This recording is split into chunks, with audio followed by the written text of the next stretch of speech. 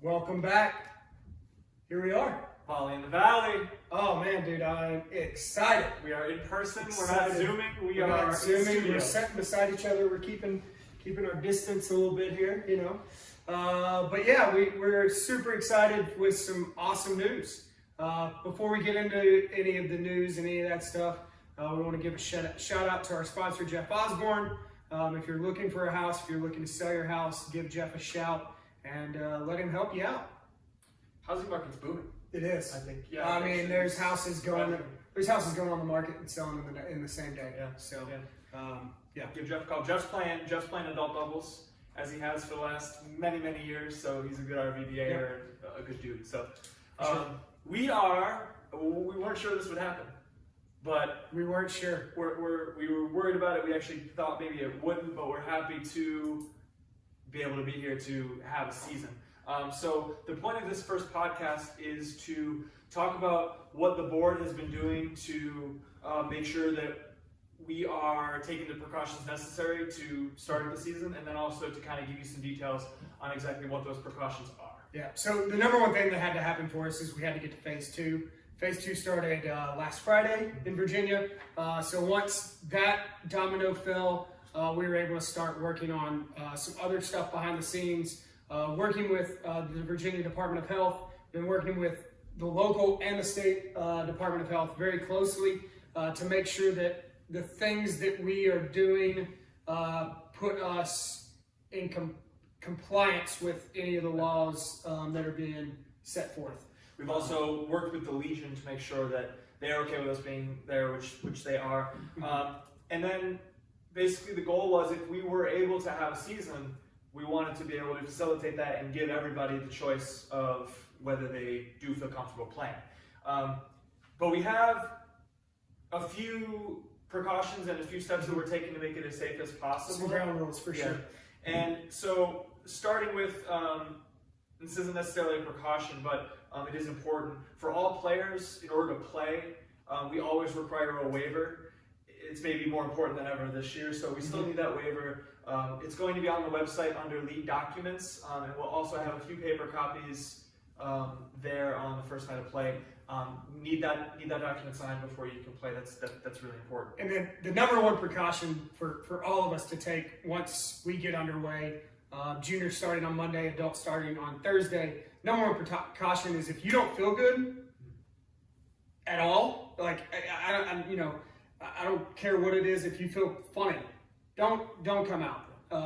While we want to see everybody out, we all want to have fun. We all want to play volleyball. It doesn't matter what precautions we take. If somebody comes out, something's going to happen. Yeah. So if that's the case, or even if there's someone sick in your house, a sick kid or a sick relative, let us know either on our Facebook page or Mitch, me, Nate, Erica, Aaron, whoever it may be. Let us know, preferably as early as possible, so we can let the other team know not to show up as well. So running through the logistics of what play is going to look like and how it's going to be a little bit different in order to make it as safe as possible. Here's what you can expect when you go to the fields. So first of all, we can't have extra people there. So if you're not playing, or if you're not a junior spectator, junior's parent, we can't have you at the fields, unfortunately.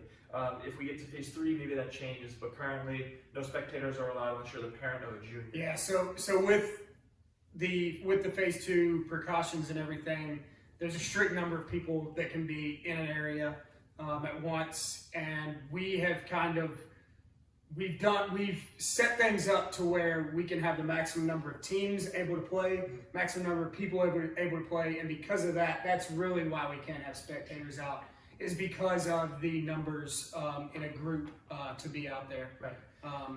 So when you drive in, you're going to see some signs reminding you if you have any of these symptoms, or you're showing any of these symptoms, to not come to the check-in desk. When you get to the check-in desk, we're going to ask you to use hand sanitizer. The supervisors are also going to ask you some questions about symptoms. Yep.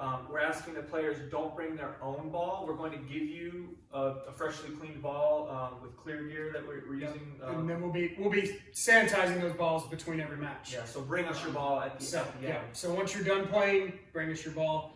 While playing, minimize contact as much as possible. We understand there's going to be incidental contact. I mean, we're playing a sport, but no high fives. Jack and I, when we've been out playing every once in a while, we'll do like a little air high five, like he'll, up and under or whatever. That way you keep the habit of giving a high five, but you don't actually have to make contact. Yeah.